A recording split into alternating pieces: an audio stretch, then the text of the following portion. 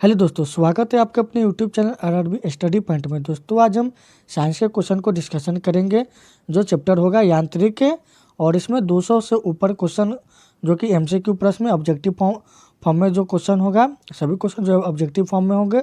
और दोस्तों ये पार्ट 1 है, और दोस्तों मैं सभी चैप्टर बाय चैप्टर का क्वेश्चन को डिस्कशन करूँगा। तो दोस्तों ये आपके सभी एग्जाम व्यू से बहुत ही इंपॉर्टेंट क्वेश्चन होगा, जैसे railway group D, UP police, NTPC, CBT 2, SSC, CGL, CHSL, MTS, लेखपाल, अदर कॉम्पिटिटिव एग्जाम के लिए बहुत ही महत्वपूर्ण क्वेश्चन होगा। तो दोस्तों वीडियो को मिस मत कीजिएगा, वीडियो को पूरा देखिएगा। और दोस्तों अगर आप इस चैनल पर पहली बार आए हैं तो चैनल को सब्सक्राइब करके साथ ही बेल आइकन प्रेस कर दीजिएगा, ताकि मैं जब भी वीडियो अपलोड करूँ तो सबसे पहले आप तक नोटिफिकेशन पहुँच जाएगा। और दोस्तों अगर आप हमारे टेलीग्राम चैनल से अभी तक नहीं जुड़े तब हमारे टेलीग्राम चैनल से जुड़ जाइए। टेलीग्राम चैनल का लिंक आपको इस वीडियो के डिस्क्रिप्शन में मिल जाएगा। वहाँ पे आप वहाँ पे क्लिक करके आप हमारे टेलीग्राम चैनल से जुड़ जाइए। टेलीग्राम चैनल पे सभी वीडियो का लिंक, सभी वीडियो का पीडीएफ मिलते रहता है, और रोज़ शाम को 8:30 से क्विज होता है, तो क्विज लगाइए। और रात को 10 बजे तक आपको उसके जो क्विज में जो भी क्वेश्चन आएंगे उसका वीडियो आपको रात को 10 बजे तक मिल जाएगा। तो चलिए दोस्तों बिना किसी देरी के वीडियो को स्टार्ट करते हैं।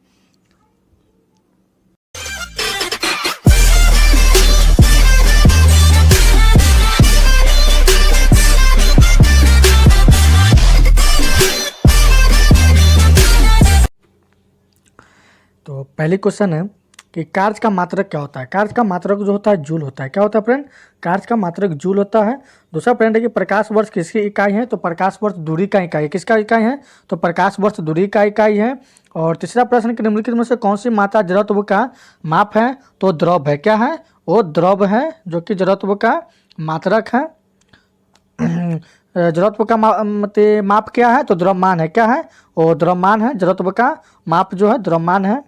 और अगली प्रश्न है, चौथा नंबर है कि सूची 1 को सूची 2 के साथ सम्मिलित कीजिए और सूचियों के नीचे दिए गए कूट का प्रयोग में सही उत्तर दीजिए। तो सही उत्तर इसका क्या होगा, तो दाब का क्या होता है, तो दाब का होगा मैक हो जाएगा। क्या होगा फ्रेंड? दाब का मैक होता है।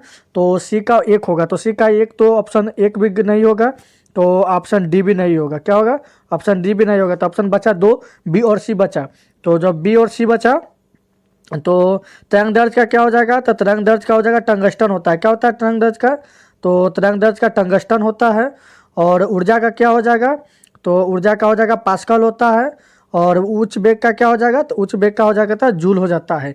यानी 1 का 1 1 का 4 हो जाएगा। तो 1 का 4 किस ऑप्शन में है? 1 का 4 नहीं फ्रेंड गलती हो गया, गलती हो जाएगा। हो जाएगा इसका 1 का हो जाएगा, 1 का 1 होगा, मैक हो जाएगा। उच्च वेग का क्या हो जाएगा? मैक हो जाएगा। तरंग दैर्ध्य का क्या हो जाएगा, तो तरंग दैर्ध्य का क्या हो जाएगा, तो तरंग दैर्ध्य का भी हो जाएगा क्या, तो तरंग दैर्ध्य का भी हो जाएगा टंगस्टन हो जाएगा। क्या हो जाएगा? तरंग दैर्ध्य का टंगस्टन हो जाएगा। दाब का क्या होता है, तो दाब का पास्कल हो जाएगा। क्या होगा? दाब का पास्कल हो जाएगा। और ऊर्जा का क्या होगा, तो ऊर्जा का जूल हो जाएगा। यानी डी का 4 हो जाएगा। तो जब डी का 4 होगा तो ऑप्शन सी सही इसका जवाब हो जाएगा। क्या हो जाएगा? ऑप्शन सी इसका सही जवाब हो जाएगा। पंचवा नंबर में दिया कि सूची 1 को सूची 2 के साथ सम्मिलित कीजिए और सूचियों के नीचे दिए गए कूट का प्रयोग कर सही उत्तर का चयन कीजिए। यानी दूरी किसका मात्रक है? दूरी जो है वो राशि है। दूरी क्या है? राशि है।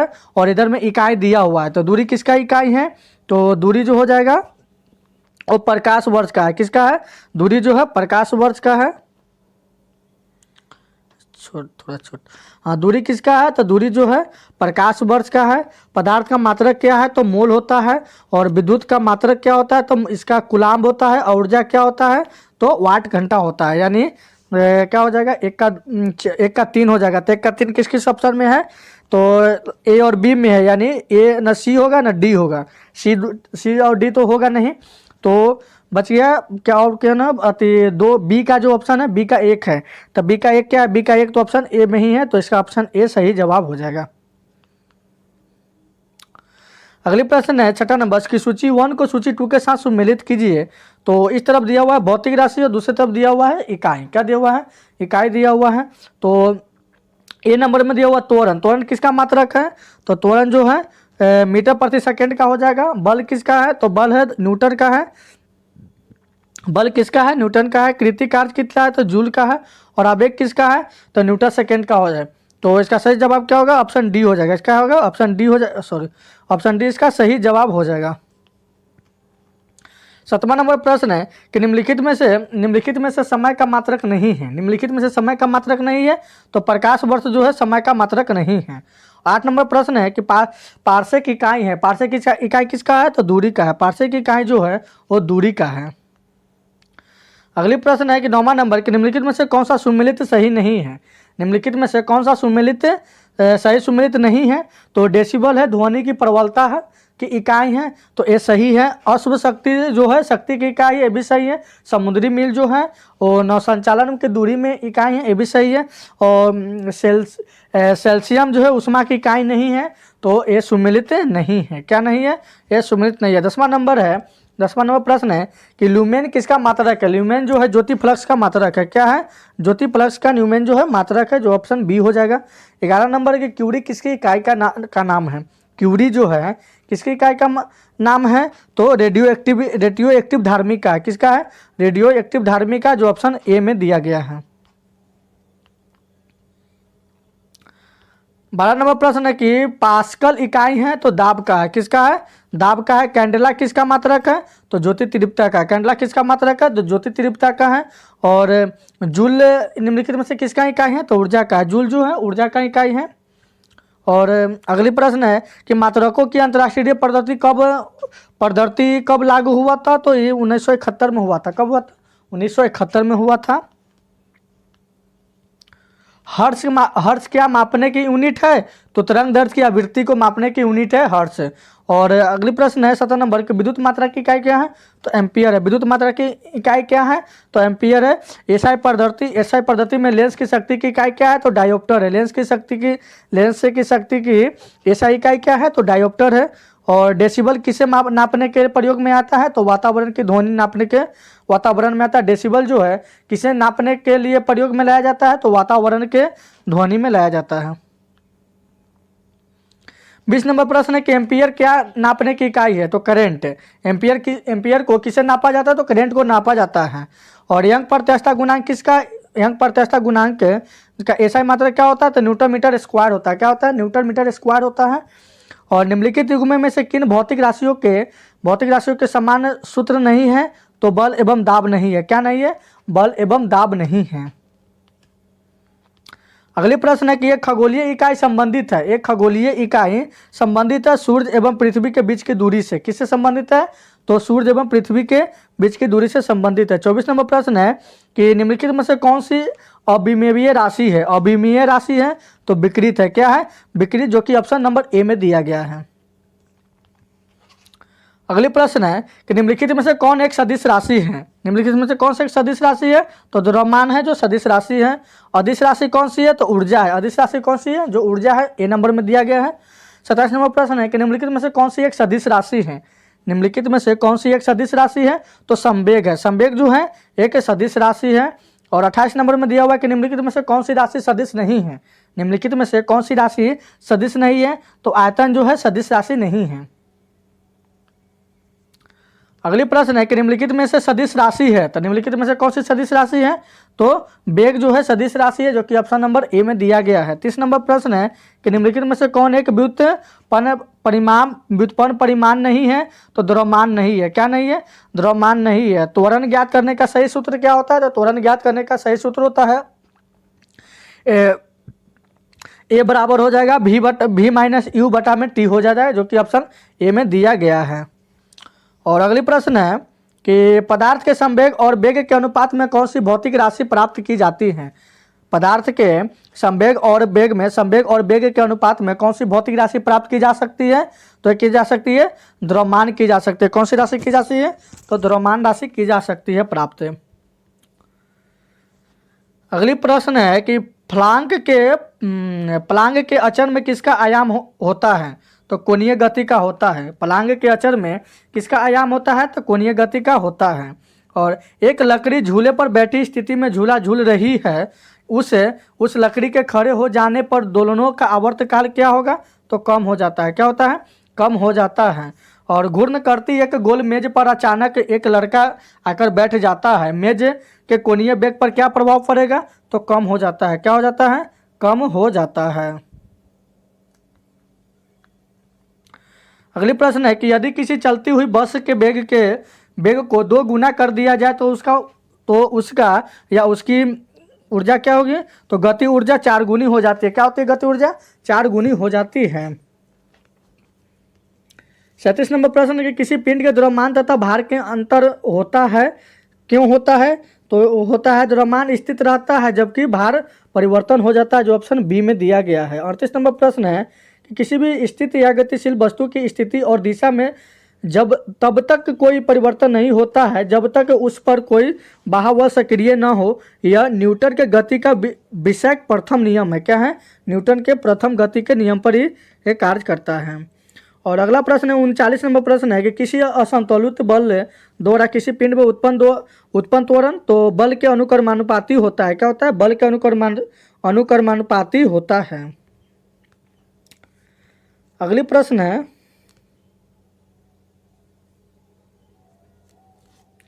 न्यूटन के गति के तीसरे नियम के अनुसार क्रिया तथा प्रतिक्रिया से संबंध बल हमेशा भिन्न वस्तु पर ही लगे होने चाहिए। क्या? हमेशा भिन्न वस्तुओं पर लगे होने चाहिए, जो ऑप्शन सी में दिया गया है। 41 नंबर प्रश्न है कि प्रत्येक क्रिया के बराबर व विपरीत दिशा में एक प्रतिक्रिया होती है। यह न्यूटन का गति विषयक तृतीय नियम है। क्या? न्यूटन का गति विषयक तृतीय नियम पर यह आधारित है। अगली प्रश्न है 42 नंबर कि जल में तैरना न्यूटन की गति के किस नियम के संबंध में है? तो तृतीय नियम पर है। किस नियम में है? तृतीय नियम में, जो कि ऑप्शन सी में दिया गया है। 43 नंबर प्रश्न है कि कोई पिंड तब तक विरामावस्था में ही बना रहेगा जब तक उस पर कोई वाह बल कार्य नहीं करता है। यह कथन किसका है? तो न्यूटन का है। क्या है? यह कथन न्यूटन का है। 44 नंबर प्रश्न है कि बल का परिभाषा आती है न्यूटन के गति के पहले नियम से आता है। किसके नियम होता है? तो न्यूटन के पहले गति के नियम से आता है। अगली प्रश्न है किसी पिंड के उस गुणधर्म को क्या कहते हैं जिससे वह सीधी रेखा में विरामा या एक समान गति की स्थिति में किसी भी परिपथ में विरोध करती है? तो इसका सही जवाब क्या हो जाएगा? जड़त्व हो जाएगा। क्या हो जाएगा? जड़त्व हो जाएगा। 46 नंबर प्रश्न है कि न्यूटन के पहले नियम को भी कहते हैं तो जड़त्व का नियम कहते हैं। क्या कहते हैं? जड़त्व का नियम कहते हैं, जो ऑप्शन बी में दिया गया है। 27 नंबर प्रश्न दिया गया है कि गाड़ी खींचता हुआ घोड़ा किस बल के कारण आगे बढ़ता है? गाड़ी खींचता हुआ घोड़ा किस बल के कारण आगे बढ़ता है? तो यह बढ़ता है पृथ्वी द्वारा घोड़े के पैरों पर आरोपित बल से बढ़ता है। किस बल से बढ़ता है? तो आरोपित बल से वह आगे बढ़ता है। 48 नंबर प्रश्न है कि चलती हुई बस जब अचानक ब्रेक लगाती है तो उसमें बैठे यात्री आगे की दिशा में गिरते हैं। इसके किसके द्वारा समझाया जा सकता है? चलती हुई बस जब अचानक ब्रेक लगाती है तो उसमें बैठे हुए यात्री आगे की दिशा में गिरते हैं। इसको किसके द्वारा समझाया जा सकता है? तो किसको द्वारा समझाया जा सकता है? तो न्यूटन के पहला नियम द्वारा समझाया जाता है। किसके द्वारा समझाया जाता है? तो न्यूटन के पहला नियम के द्वारा समझाया जाता है, जो कि ऑप्शन बी में दिया गया है। 49 नंबर प्रश्न है कि रॉकेट किस सिद्धांत पर कार्य करता है? रॉकेट जो है किस सिद्धांत पर कार्य करता है? तो न्यूटन के तृतीय नियम पर कार्य करता है। न्यूटन के तृतीय सिद्धांत पर कार्य करता है। जो रॉकेट जो है वो न्यूटन के तृतीय गति के नियम पर सिद्धांत पर कार्य करता है। 50 नंबर प्रश्न है कि अश्व यदि एकाएक चलना प्रारंभ कर दे तो अश्वरोही के गिरने की आशंका का कारण होता है। तो विराम जड़त्व हो जाएगा। क्या होगा? विराम जड़त्व हो जाएगा, कि जो कि ऑप्शन सी में दिया गया है। 51 नंबर प्रश्न जो दिया गया है कि क्रिकेट का खिलाड़ी तेजी से आती हुई बॉल को क्यों अपने हाथ को पीछे खींचकर पकड़ता है? क्रिकेट के जो खिलाड़ी तेजी से आती हुई बॉल को क्यों अपने हाथ को पीछे खींचकर पकड़ता है? तो पकड़ता है बल विराम की स्थिति में आ सकती है। बल जो है वो विराम की स्थिति में आ सकती है, जो कि ऑप्शन ए में दिया गया है। अगली प्रश्न है 52 नंबर कि बल का गुणनफल होता है। बल का जो गुणनफल होता है, तो बल का गुणनफल क्या है? तो द्रव्यमान और त्वरण है। क्या है? द्रव्यमान और त्वरण का है। 53 नंबर प्रश्न दिया हुआ है कि जब कोई व्यक्ति चंद्रमा पर उतरता है तो उसके शरीर में उपस्थित होता है। जब कोई व्यक्ति चंद्रमा पर उतरता है तो उसके शरीर में उपस्थिति होता है, तो भार घट जाता है तथा मात्रा अपरिवर्तित रहती है। क्या है? भार जो है घट जाता है और मात्रा अपरिवर्तित रहती है। अगले प्रश्न 54 नंबर है कि यदि हम भूमध्य रेखा से ध्रुवों की ओर जाते हैं तो जी का मान क्या होगा? तो जी का मान बढ़ता है, जो कि ऑप्शन ए में दिया गया है। 55 नंबर क्वेश्चन है कि शरीर का वजन ध्रुवों पर अधिकतम होता है। किस पर अधिकतम होता है? तो ध्रुवों पर अधिकतम होता है, जो ऑप्शन बी में दिया गया है। 56 नंबर क्वेश्चन है कि व्यक्ति पृथ्वी की सतह की तुलना में चंद्रमा की सतह पर अधिक ऊंचा क्यों उछल सकता है? व्यक्ति पृथ्वी की सतह की तुलना में चंद्रमा की सतह पर अधिक ऊंचा क्यों उछल सकता है? तो उछल सकता है, चंद्रमा में गुरुत्वाकर्षण के कारण त्वरण पृथ्वी की तुलना में कम होता है। चंद्रमा में गुरुत्वाकर्षण के कारण त्वरण पृथ्वी की तुलना में कम होता है। क्या होता है? पृथ्वी की तुलना में वो कम होता है। अगली प्रश्न है 58 नंबर की एक व्यक्ति एक दीवार को धक्का देता है जो उसे विस्थापित करने में असफल रहता है, वह करता है तो कोई भी कार्य नहीं करता है। क्या कर? कोई भी वो कार्य नहीं कर पाता है।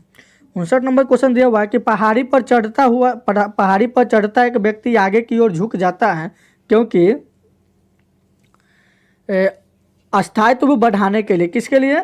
अस्थायित्व बढ़ाने के लिए वो आगे की ओर, जब पहाड़ पे कोई व्यक्ति चढ़ता है तो आगे की ओर जो झुकता है वो अस्थायित्व बढ़ाने के लिए वो आगे की ओर झुकता है।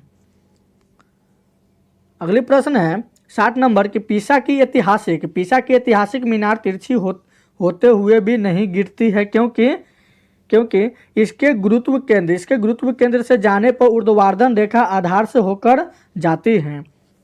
और अगली प्रश्न है 61 नंबर की जाड़े की रातों में अत्यधिक ठंड पड़ने पर पानी की पाइप फट जाती है क्योंकि जमने के बाद पानी का आयतन जो है बढ़ जाता है। पानी जमने के बाद पानी का जो आयतन है वो बढ़ जाता है। अगली प्रश्न है 62 नंबर की पानी से भरी डाट लगी बोतल जमने पर टूट जाती है क्योंकि जमने पर जल का आयतन बढ़ जाता है। जमने पर जो है जल का आयतन जो है वो बढ़ जाता है। 63 नंबर प्रश्न है कि जल के आयतन में क्या परिवर्तन होगा यदि तापमान 9 डिग्री सेल्सियस से गिरकर 3 डिग्री सेल्सियस कर दिया जाए तो आयतन पहले घटेगा, उसके बाद फिर बढ़ जाएगा। आयतन जो है पहले घटेगा और बाद में बढ़ेगा।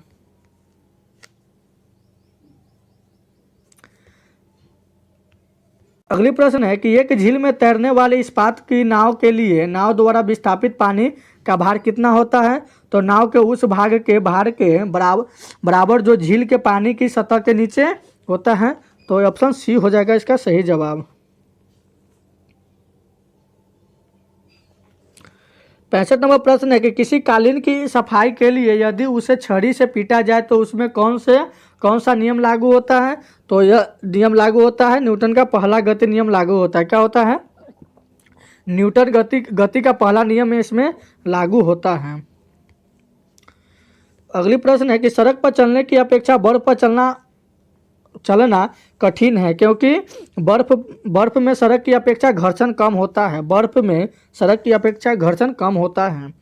67 नंबर प्रश्न है कि रोड़ी युक्त सड़क की तुलना में बर्फ पर चलना कठिन होता है क्योंकि पैर तथा बर्फ के मध्यम घर्षण व रोड़ी एवं पैर के मध्य घर्षण बल की तुलना में कम होता है। अगली प्रश्न 68 नंबर की लकड़ी की सिलेंडर पात्र को खींचने की जगह लुढ़काना आसान होता है क्योंकि लुढ़कना अवस्था का घर्षण बल फिसलन अवस्था के घर्षण बल की तुलना में बहुत कम होता है।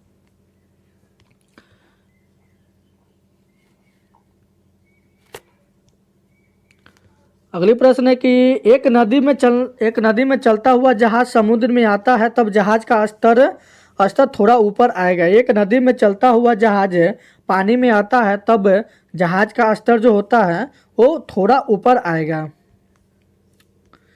अगली प्रश्न है कि लोहे की कील पारे में क्यों तैरती है जबकि यह पानी में डूब जाती है। लोहे की कील जो है पारे में क्यों तैरती है जबकि यह पानी में डूब जाती है। तो इसका सही जवाब हो जाएगा, इसका सही जवाब क्या होगा फ्रेंड? तो इसका सही जवाब होगा लोहे का घनत्व पानी से अधिक तथा पारे का कम होता है। लोहे का जो घनत्व है पानी से अधिक तथा पारे से कम होता है। अगली प्रश्न है 71 नंबर कि जब एक ठोस पिंड को पानी में डुबाया जाता है तो उसके भार में हौस होता है। यह हौस कितना होता है? तो विस्थापित पानी के भार के बराबर होता है। क्या होता है? विस्थापित पानी के भार के बराबर होता है। और 72 नंबर प्रश्न है, इसे थोड़ा ऊपर करते हैं। 72 नंबर प्रश्न है कि बर्फ पानी में तैरती है परंतु अल्कोहल में डूब जाती है क्यों? बर्फ पानी में तैरती है परंतु अल्कोहल में डूब जाती है क्यों? तो बर्फ पानी से हल्की होती है तथा अल्कोहल से भारी होता है। बर्फ पानी से हल्की होती है तथा अल्कोहल से भारी होता है, जो ऑप्शन डी में दिया गया है।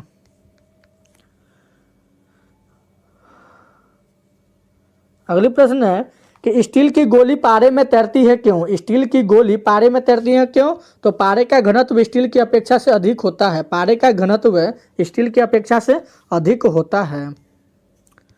74 नंबर प्रश्न है कि एक लोहे की गेंद पारद या मरकरी से भरी बाल्टी में गिराई जाती है तो यह पारे की सतह पर तैरती है। क्या यह पारे की सतह पर तैरती है? किस तापमान पर जल का घनत्व अधिकतम होता है? किस तापमान पर जल का घनत्व अधिकतम होता है? तो 400 डिग्री सेल्सियस पर होता है। कितने डिग्री पर होता है? 400 डिग्री सेल्सियस पर होता है।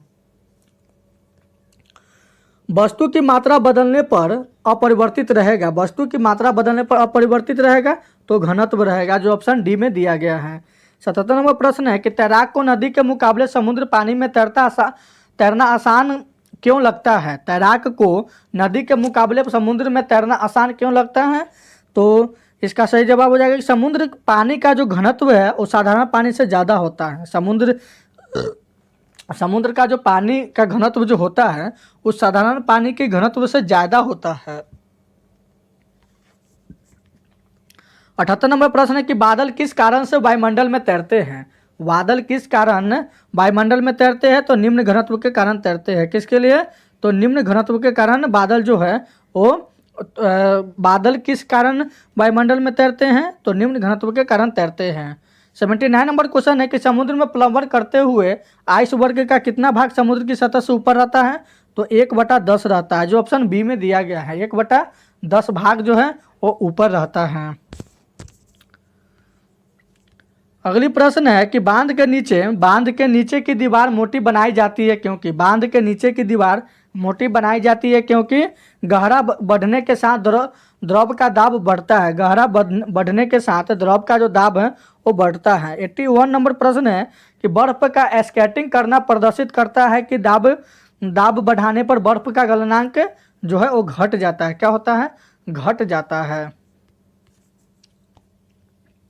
84 नंबर प्रश्न है कि चौराहों पर पानी के फुहारे में गेंद नाचती रहती है क्योंकि? चौराहों पर पानी के फुहारों में गेंद नाचती रहती है क्योंकि पानी का वेग अधिक होने से दाब घट जाता है। पानी का वेग अधिक होने से दाब घट जाता है।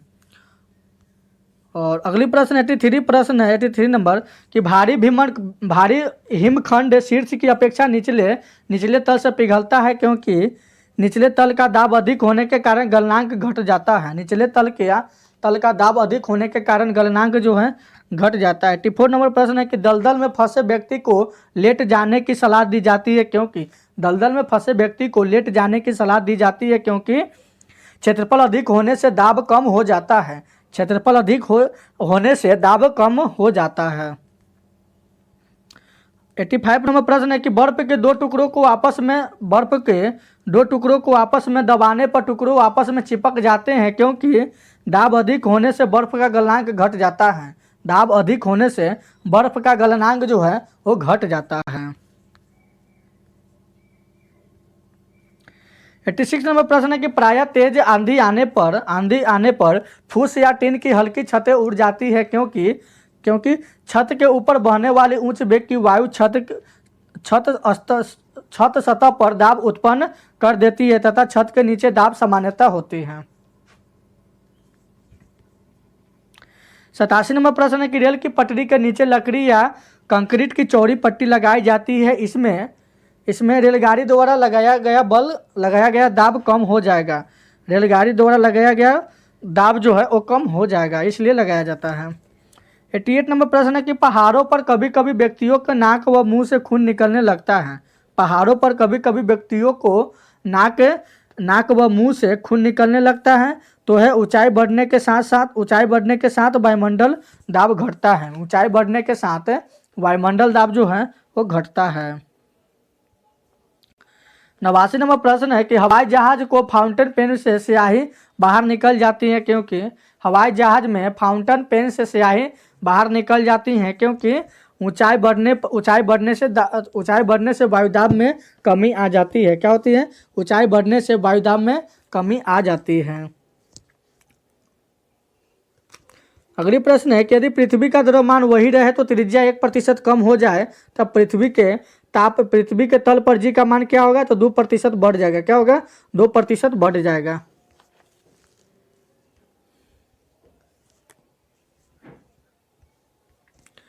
91 नंबर प्रश्न है कि ऊंचाई की जगहों पर पानी 100 डिग्री सेल्सियस के नीचे तापमान पर क्यों उबाला जाता है? तो इसका सही जवाब हो जाएगा क्योंकि वायुमंडल दाब कम हो जाता है, अतः उबलने को बिंदु नीचे आ जाता है। अगली प्रश्न है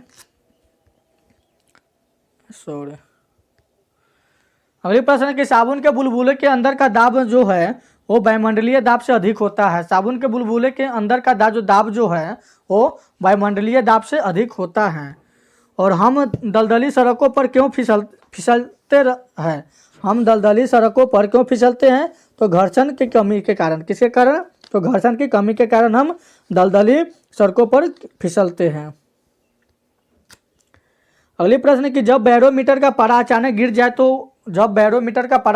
जाए तो यह किस बात का घोतक होता है? तो आंधी या झंझावट का संभावना होता है। किसका संभावना होता है? तो आंधी या झंझावट का संभावना होता है। अगली प्रश्न है कि हाइड्रोजन से भरा हुआ पॉलीथीन का एक गुब्बारा पृथ्वी के तल से छोड़ा जाता है, तो गुब्बारों को अमाप में वृद्धि होगी। क्या होगी? गुब्बारे के अमाप में वृद्धि होगी। 96 नंबर प्रश्न है कि समतल की अपेक्षा पर्वतों पर सांस लेना क्यों अधिक होता है? समतल की अपेक्षा पर्वतों पर सांस लेना क्यों अधिक होता है? तो ये होता है ऊंचाई के बढ़ने पर वायुदाब घट जाता है और ऑक्सीजन की आवश्यकता बढ़ जाती है। अगली प्रश्न है कि जब प्रोटीन वायुदाब मापी किसी ऊंचे पर्वत पर ले जाया जाता है तो नलिका में पारा गिर जाता है क्योंकि तो हो जाएगा इसका सही जवाब कि वहां पर वायुमंडलीय दाब निम्न हो जाता है। क्या होता है? वहां पर वायुमंडलीय दाब जो है वो निम्न हो जाता है।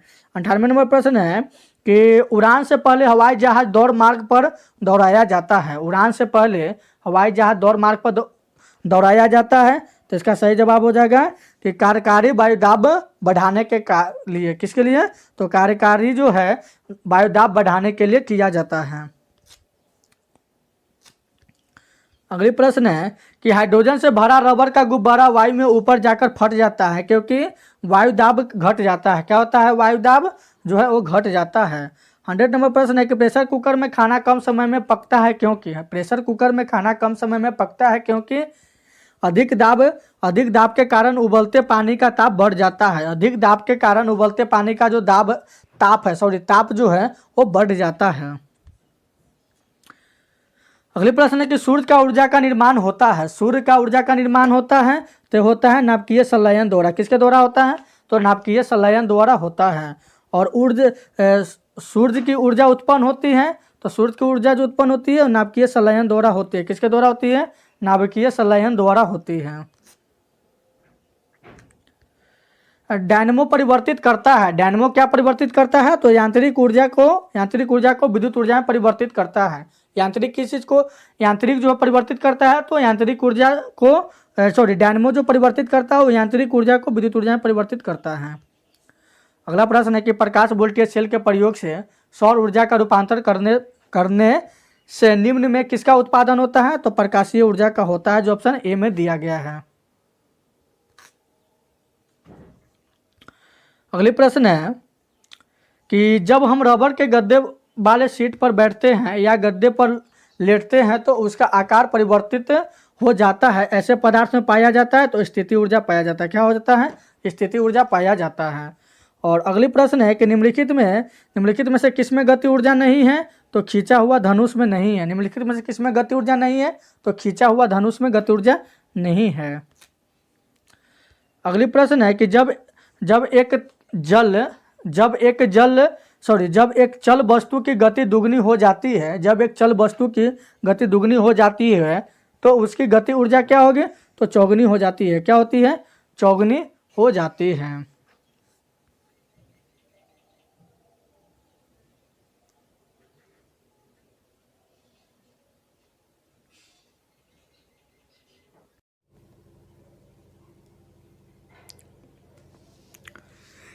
एक 108 नंबर प्रश्न है कि सीढ़ी पर चढ़ने में अधिक ऊर्जा खर्च होती है क्योंकि? सीढ़ी पर चढ़ने में अधिक ऊर्जा खर्च होती है क्योंकि इसका सही जवाब हो जाएगा कि व्यक्ति गुरुत्व के विरुद्ध में कार्य करता है। क्या होगा? व्यक्ति जो है गुरुत्व के विरुद्ध में कार्य करता है। अगली प्रश्न है कि निम्नलिखित में से कौन सा नियम इस कथन को वैध ठहराता है कि द्रव का न तो सृजन किया जा सकता है और ना ही विनाश किया जा सकता है? तो इसका सही जवाब होगा ऊर्जा के संरक्षण हो जाएगा। क्या होगा? ऊर्जा के संरक्षण का नियम हो जाएगा। 110 नंबर प्रश्न है कि स्वचालित वाहनों में द्रव चालित ब्रेकों का इस्तेमाल वस्तुतः किस नियम का सीधा अनुप्रयोग किया जाता है? तो पास्कल का नियम हो जाएगा। इसका सही जवाब क्या हो जाएगा? पास्कल का नियम हो जाएगा। रेल की पटरियों अपने ब्रेकों पर किस कारण से बैंक की गई होती है? तो होता है तो रेलगाड़ी के भार के 36 घटक के आवश्यक अभिकेंद्रीय बल प्राप्त किया जा सकता है। अगली प्रश्न है कि साइकिल चलाने वाला मोड़ लेते हैं समय क्यों झुक जाता है? साइकिल चलाने वाला मोड़ लेते समय क्यों झुक जाता है? तो इसका सही जवाब होगा कि वह झुकता है ताकि गुरुत्व केंद्र आधार के अंदर बना रहे, वह उसे गिरने से बचाया। अगले प्रश्न है कि कोई साइकिल सवार किसी मोड़ पर घूमता है तो वह अंदर की ओर झुक जाता है। क्या होता है? वह अंदर की ओर झुक जाता है। इसका सही जवाब ऑप्शन बी में दिया गया है। 114 नंबर प्रश्न है कि जब दूध को प्रबल ढंग से माथा जाता है तो उसमें से क्रीम किस कारण से निकलता है? तो अपकेंद्रीय बल से निकलता है। किस कारण से निकलता है? अपकेंद्रीय बल से निकलता है। अगली प्रश्न है कि जब पानी की बाल्टी काफी तेजी से ऊर्ध्वाधर वृत्ति में घुमाई जाती है तब पानी बाल्टी से उसकी उच्चतम स्थिति से भी नहीं गिरता है क्योंकि अपकेंद्र बल पानी के वजन से अधिक होता है। क्या होता है? अपकेंद्र बल पानी के वजन से अधिक होता है। 116 नंबर है कि वॉशिंग मशीन का कार्य सिद्धांत अपकेंद्रण है। क्या है?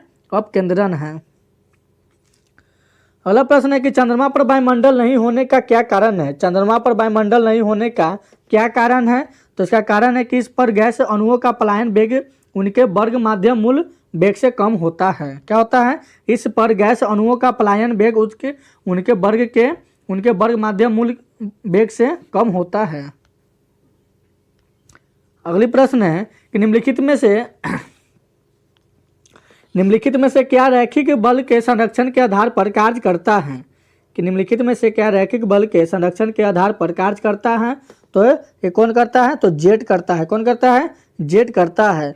और अगली प्रश्न कि पृथ्वी तल से किसी न्यूनतम वेग से प्रक्षेपित किए जाने पर कोई रॉकेट पृथ्वी के गुरुत्वाकर्षण को पार करके अंतरिक्ष में चला जाएगा तो इसका हो जाएगा कि 11.2 किलोमीटर पर सेकेंड हो जाएगा। क्या होगा? 11.2 किलोमीटर पर सेकेंड इसका सही जवाब हो जाएगा। अगली प्रश्न है कि भूमि स्थित उपग्रह का आवर्तकाल होता है। भूमि स्थित उपग्रह का आवर्तकाल कितना होता है? तो 24 घंटा होता है। कितना होता है? 24 घंटा होता है। और यदि किसी पिंड की पृथ्वी से 11.2 किलोमीटर प्रति सेकंड के वेग से फेंका जाए तो पृथ्वी पर कभी नहीं लौटेगा। क्या होगा? पृथ्वी पर कभी नहीं लौटेगा। 122 नंबर प्रश्न है कि जब एक पत्थर को चांद की सतह से पृथ्वी पर लाया जाता है तो इसका भार बदल जाता है, इसका भार बदल जाएगा परंतु द्रव्यमान नहीं बदलेगा। इसका भार बदल जाएगा परंतु द्रव्यमान नहीं बदलेगा। 123 नंबर प्रश्न है कि किसी लिफ्ट में बैठे हुए व्यक्ति को अपना भार कब अधिक मालूम पड़ता है। किसी लिफ्ट में बैठे हुए व्यक्ति को अपना भार कब अधिक मालूम पड़ता है, तो पड़ता है जब लिफ्ट त्वरित गति से ऊपर जा रही है। क्या है? जब लिफ्ट त्वरित गति से ऊपर जा रही है। अगली प्रश्न है कि पृथ्वी के परिध घूमने वाले कृत्रिम उपग्रह से बाहर गिराई गई गेंद, पृथ्वी के परिध घूमने वाले कृत्रिम उपग्रह से बाहर गिराई गई गेंद तो पृथ्वी के परिध उपग्रह के समान आवर्तकाल के साथ उसी की कक्ष में घूमती रहेगी। पृथ्वी के परिध उपग्रह के समान आवर्तकाल के साथ उसी की कक्ष में घूमती रहेगी। एक लिफ्ट में किसी व्यक्ति का प्रत्यक्ष भार वास्तविक भार से कम होता है जब लिफ्ट जा रही हो त्वरण के साथ नीचे। क्या होता है? त्वरण के साथ नीचे। अगली प्रश्न है कि किसी तुल्यांकी उपग्रह के पृथ्वी की सतह से ऊंचाई लगभग कितना होता है, तो 36,000 किलोमीटर होता है। कितना होता है? 36,000 किलोमीटर होता है।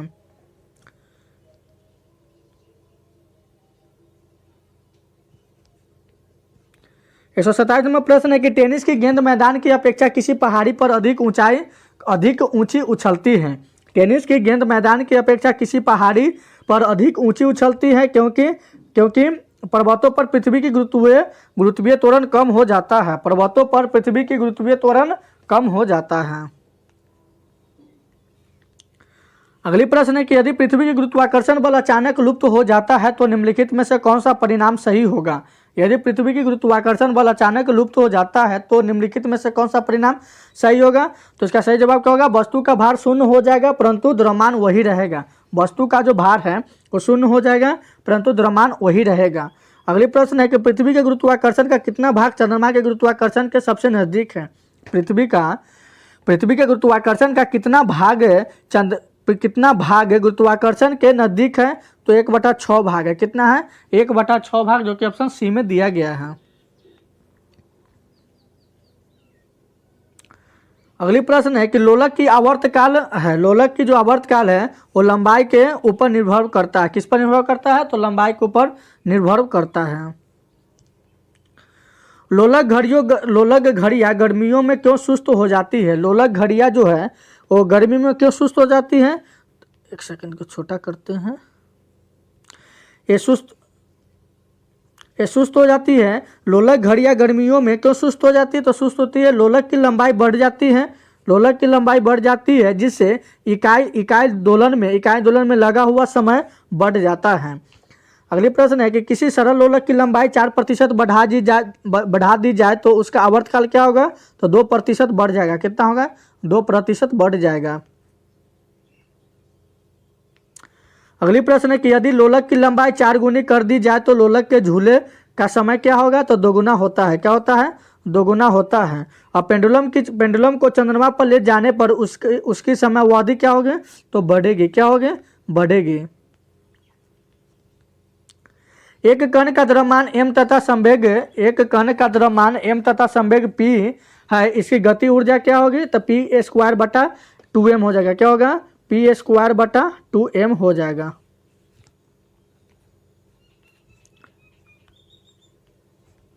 हुक का सिद्धांत निम्नलिखित में से किससे संबंधित है। हुक का सिद्धांत निम्नलिखित में से किससे संबंधित है, तो प्रत्यास्थता से है। किससे है? प्रत्यास्थता से है।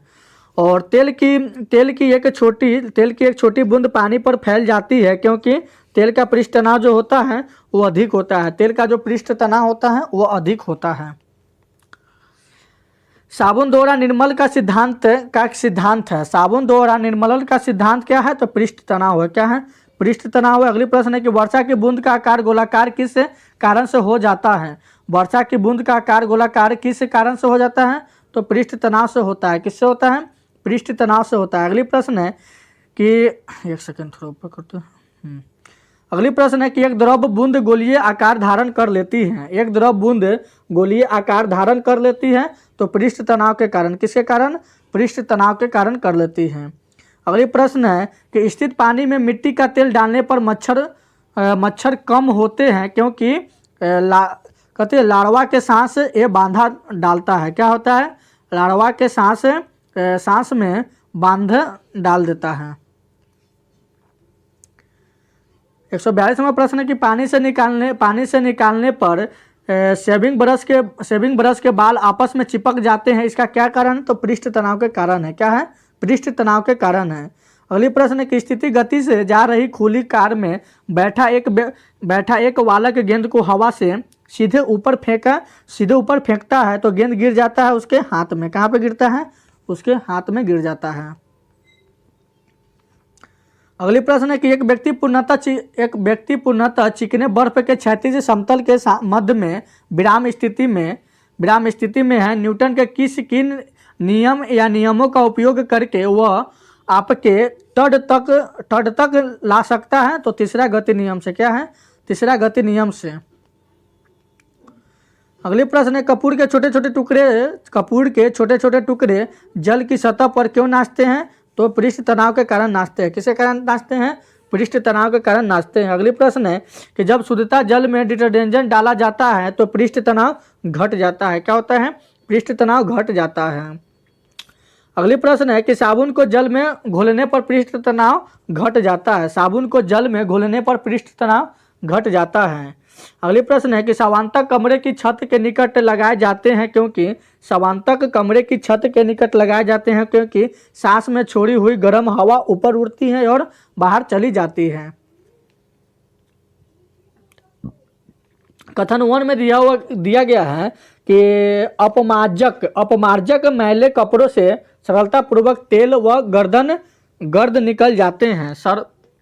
अपमार्जक मैले कपड़ों से सरलतापूर्वक तेल व गर्द निकल जाते हैं। तो आर में दिया हुआ है, कारण आर दिया हुआ है कि अपमार्जक जल का पृष्ठ तनाव बढ़ा देता है। तो इसका सही जवाब होगा कि ए सही है परंतु आर गलत है। क्या है? ए जो सही है परंतु आर गलत है।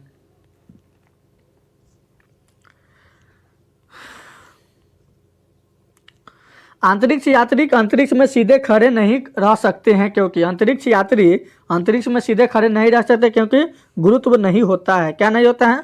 गुरुत्व नहीं होता है।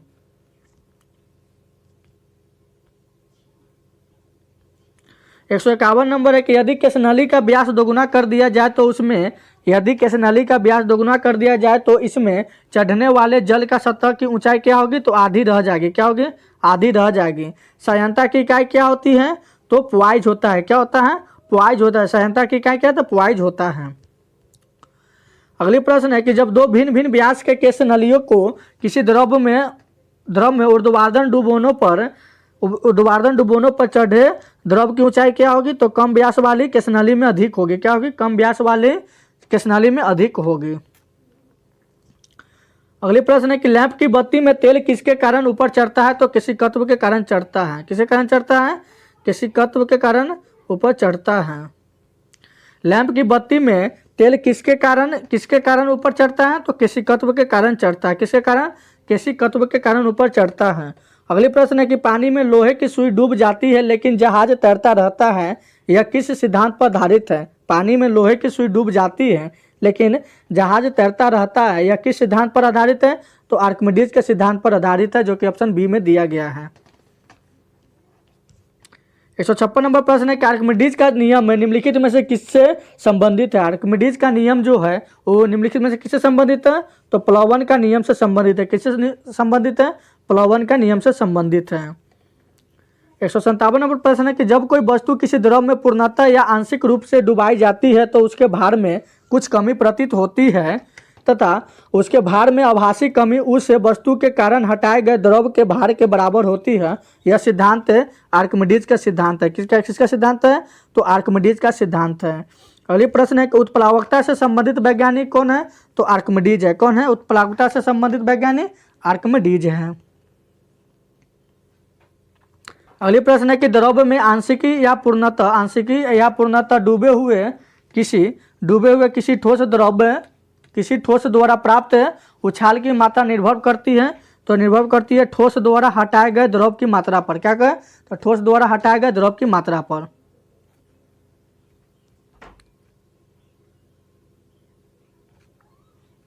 जल पृष्ठ पर लोहे के टुकड़े के न तैरने का कारण है। जल पृष्ठ पर लोहे के टुकड़े के तैरने का न कारण, तो यह है लोहे द्वारा विस्थापित जल का भार लोहे के भार से कम होता है। लोहे द्वारा विस्थापित जल का भार लोहे के भार से कम होता है। अगली प्रश्न है कि कोई भी नाव डूब जाएगी, कोई भी नाव डूब जाएगी यदि वह पानी हटाती है अपने आयतन के बराबर। क्या होता है? अपने आयतन के बराबर। 162 नंबर प्रश्न है कि महान वैज्ञानिक आर्किमिडीज किस देश से संबंधित है? महान वैज्ञानिक आर्किमिडीज किस देश से संबंधित थे? तो ग्रीस से थे। किस देश से? ग्रीस देश से वो संबंधित थे। और अगली प्रश्न है कि पानी की बूंदों को तैलीय पृष्ठों पर न चिपकने का कारण है? तो असंजक बल का अभाव। क्या? असंजक बल का अभाव है जो है वो पानी की बूंदों को तैलीय पृष्ठ पर न चिपकने का कारण। अगली प्रश्न है कि तुल्यांकी उपग्रह घूमता है पृथ्वी के पश्चिम से पूर्व। तुल्यांकी उपग्रह घूमता है पृथ्वी के गिर्द पश्चिम से पूर्व की ओर घूमता है। अगली प्रश्न है कि पहिए में बॉल या वायलिंग का कार्य है। पहिए में बॉल या वायलिंग का कार्य है तो क्षैतिज घर्षण के गति ऊर्जा में बदलना। क्या है? क्षैतिज घर्षण को गति ऊर्जा में बदलना। अगली प्रश्न है कि जेट इंजन के रॉकेट के बारे में निम्नलिखित कथनों पर विचार कीजिए। तो पहला जो दिया हुआ है कि जेट इंजन अपनी ऑक्सीजन पूर्ति के लिए परिवेश की वायु का उपयोग करता है, अतः यह अंतरिक्ष में गति के लिए अनुप्रयुक्त करता है। दूसरा जो दिया हुआ है कि रॉकेट अपने ऑक्सीजन पूर्ति को गैस के रूप में और ईंधन के में वहन करता है। तो यह दोनों कथन सही है। क्या है? इसका जो दोनों जो कथन है वो सही है। अगली प्रश्न जो दिया हुआ है कि पानी के एक गिलास में एक बर्फ का टुकड़ा तैर रहा है। जब बर्फ पिघलती है तो पानी के स्तर पर क्या प्रभाव पड़ेगा? तो उतना ही रहेगा। क्या होगा? उतना ही रहेगा।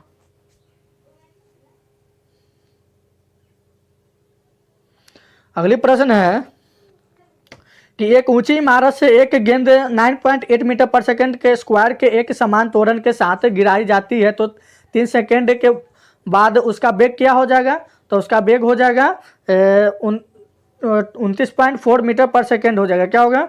29.4 मीटर पर सेकंड हो जाएगा। क्या होगा? मीटर पर सेकंड हो जाएगा। अगली प्रश्न है कि एक वस्तु का द्रव्यमान 1000 किलोग्राम अगर चंद्रमा पर गुरुत्वजनित त्वरण g/6 है तो चंद्रमा में वस्तु का द्रव्यमान क्या होगा? तो इसका सही जवाब क्या हो जाएगा? तो फिर इसका 100 kg हो जाएगा। कितना हो जाएगा? 100 kg इसका सही जवाब हो जाएगा। अगली प्रश्न है कि पावर शक्ति का एसआई मात्रक वाट किसके समतुल्य है? क्या है? पावर शक्ति का एसआई मात्रक वाट किसके समतुल्य है? तो यह समतुल्य है किलोग्राम मीटर पर सेकंड के पावर -3 के स्क्वायर, पावर -3 के। अगली प्रश्न है कि भारहीनता की अवस्था में एक मोमबत्ती की ज्वाला का आकार हो जाएगा तो वही रहेगा। क्या रहेगा? वही रहेगा। अगली प्रश्न है कि एक केश नली में जल की अपेक्षा एक तरल अधिक ऊंचाई तक चढ़ता है। इसका तरल का पृष्ठ तनाव जल की अपेक्षा अधिक होगा। अगली प्रश्न है कि निम्नलिखित में से किस एक के लिए केशिकत्व एकमात्र कारण नहीं है? तो नहीं है पौधे की जड़ों से जल की एक पूर्ण समूह की ओर चढ़ना।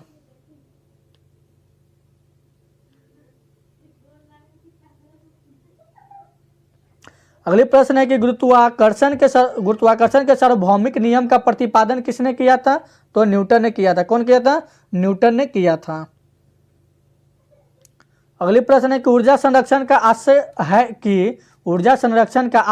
कि तो क्या इसका आशय है?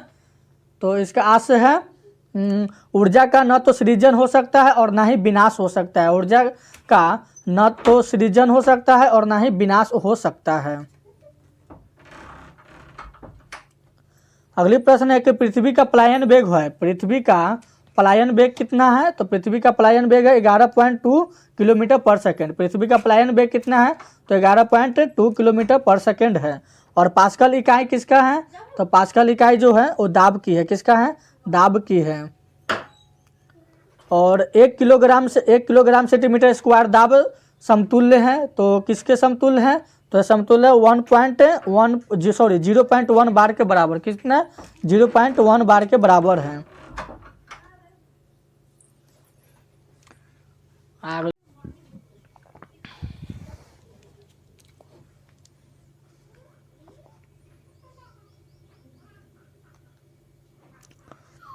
अगली प्रश्न है कि क्यूसेक से क्या नापा जाता है? क्यूसेक से क्या नापा जाता है? तो नापा जाता है जल का बहाव नापा जाता है। क्या नापा जाता है? क्यूसेक से तो जल का बहाव नापा जाता है। और किसी पिंड का भार क्या होता है?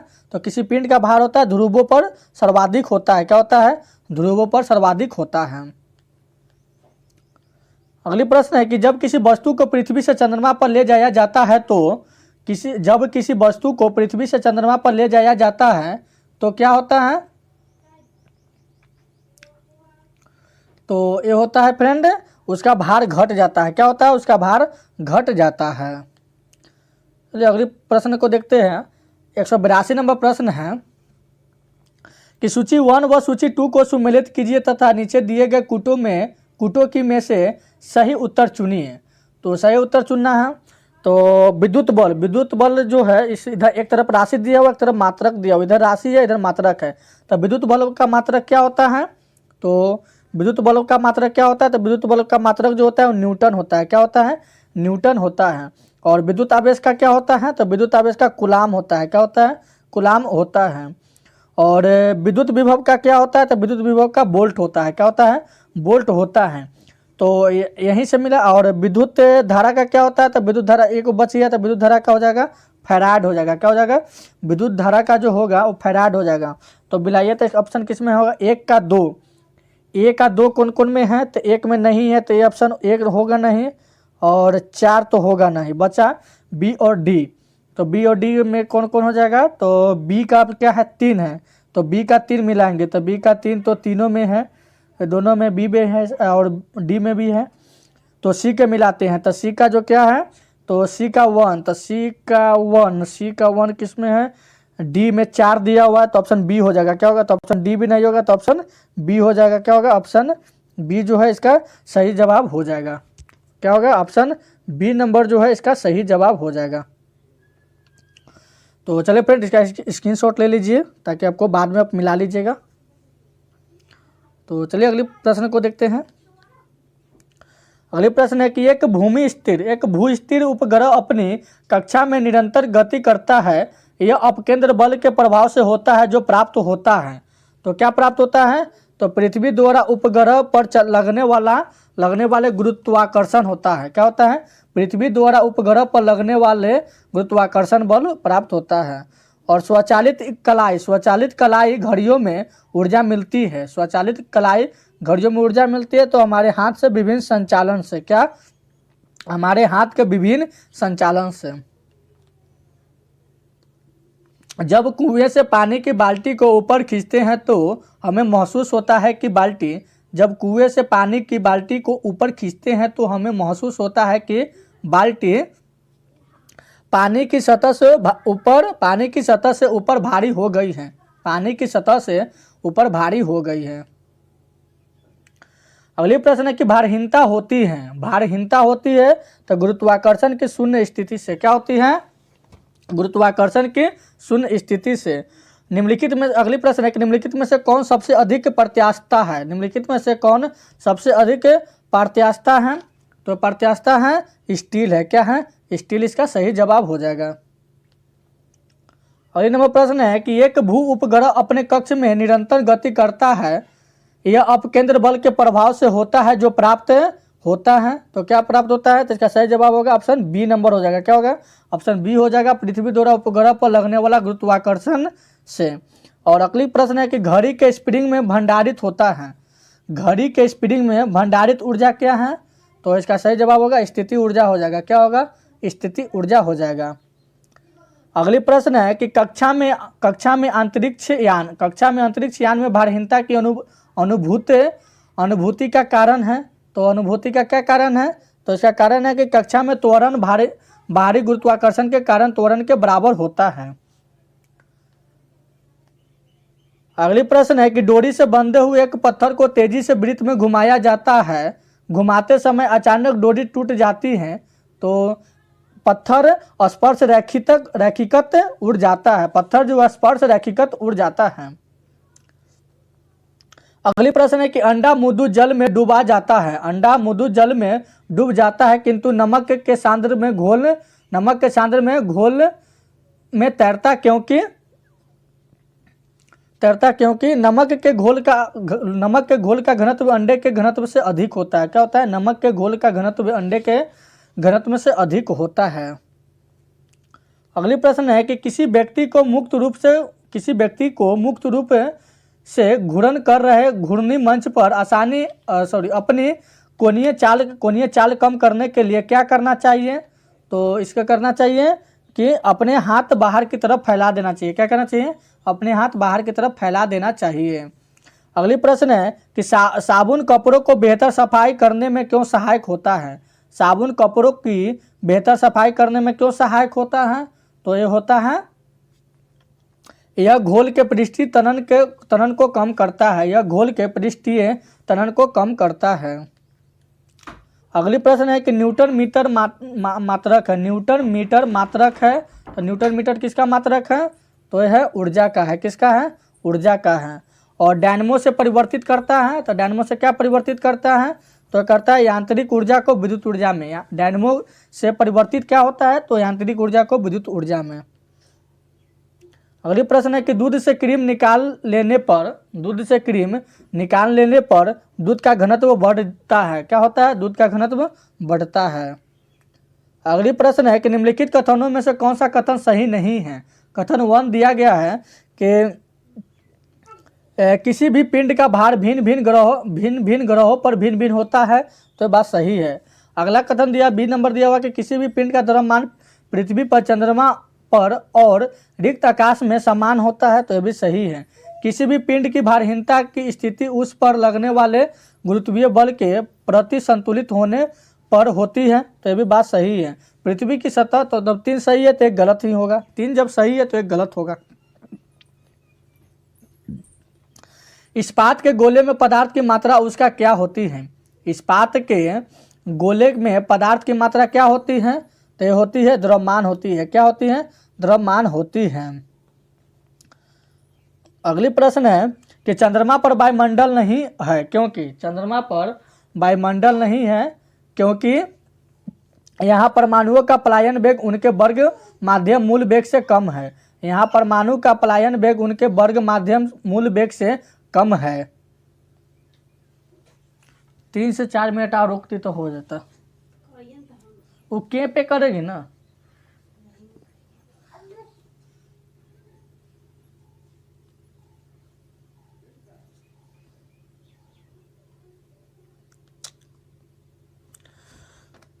अगले प्रश्न, निम्नलिखित में से किस स्थान पर जी गुरुत्वाकर्षण का मान सर्वाधिक होगा? निम्नलिखित में से किस स्थान पर जी गुरुत्वाकर्षण का मान सर्वाधिक होगा? तो होगा माउंट एवरेस्ट की चोटी पर। किस पर? माउंट एवरेस्ट की चोटी पर।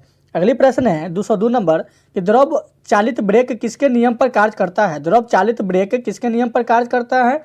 तो यह करता है पास्कल के नियम पर करता है। किसके नियम पर? पास्कल के नियम पर कार्य करता है। अगली प्रश्न है 203 नंबर कि निम्नलिखित में से किसकी इकाई न्यूटन मीटर नहीं है? निम्नलिखित में से किसकी इकाई न्यूटन मीटर नहीं है? तो ये नहीं है, बल का नहीं है। किसका नहीं है? बल का नहीं है। अगली प्रश्न 204 नंबर कि एक धावक लंबी छलांग लगाने से पहले कुछ दूरी तक दौड़ता है क्योंकि?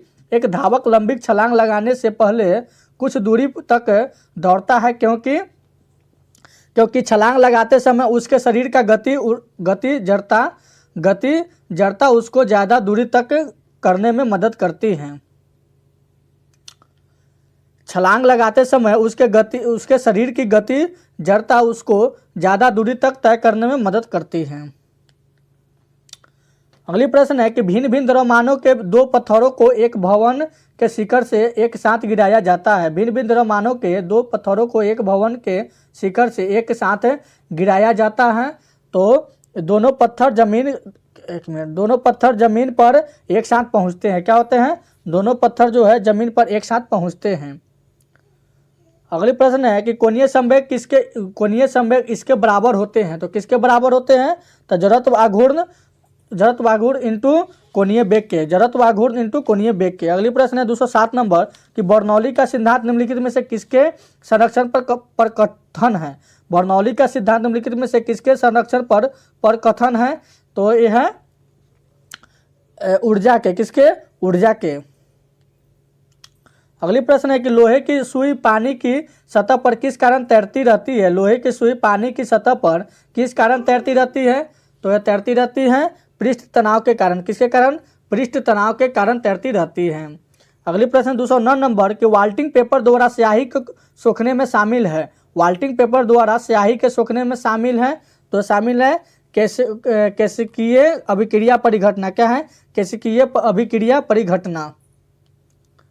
अगली प्रश्न है कि किसी वस्तु का भार उस समय न्यूटन होता है जब उसे रखा जाता है। किसी वस्तु का भार उस समय न्यूनतम होता है।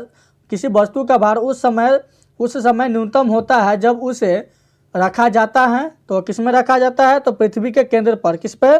पृथ्वी के केंद्र पर। अगली प्रश्न है 211 नंबर कि निम्नलिखित में से किसने न्यूटन से पूर्व ही बता दिया था कि सभी वस्तुएं पृथ्वी की ओर गुरुत्वाकर्षित होती हैं? तो ये बताए थे कौन? तो ब्रह्मगुप्त बताए थे। कौन बताए थे? ब्रह्मगुप्त बताए थे। और अगली प्रश्न है कि यदि एक पेंडुलम से दोलन करने वाली घड़ी को पृथ्वी से चंद्रमा पर ले जाए तो घड़ी होगी। तो घड़ी क्या होगी? तो सुस्त हो जाएगी। क्या होगी? सुस्त हो जाएगी, जो ऑप्शन ए में दिया गया है।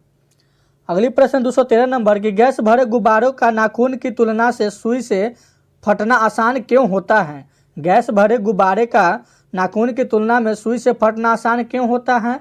तो क्यों फटना आसान होता है? तो सुई गुब्बारे पर नाखून की तुलना से अधिक दाब डालती है।